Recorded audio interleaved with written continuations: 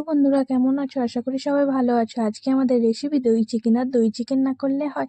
প্রথমে চিকেনগুলোকে ভালো করে আদা রসুনের পেস্ট আর গোলমরিচ দিয়ে ম্যারিনেট করে রেখেছিলাম।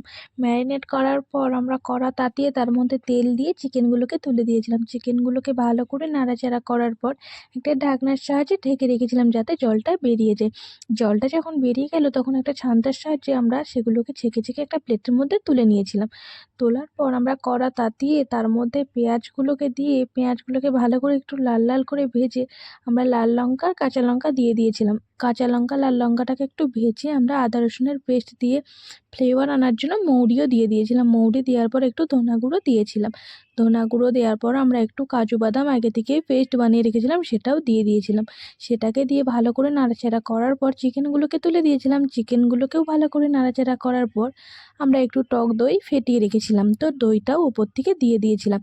দইটাকে দিয়ে ভালো করে যতক্ষণ না কালার না আসছে আমরা নাড়িয়ে চাড়িয়ে ভালো করে আমরা স্বাদ অনুযায়ী চিনি আর স্বাদ অনুযায়ী নুন দিয়ে দিয়েছিলাম। দিয়ে ওপর থেকে ধনেপাতা ছড়িয়ে দিয়েছিলাম। দেখুন, একদম রেস্টুরেন্টের মতো হয়েছে না? আর এই রেসিপিটা অবশ্যই রুটি দিয়ে ট্রাই করবেন। আর কার কার ভালো লেগেছে অবশ্যই কমেন্ট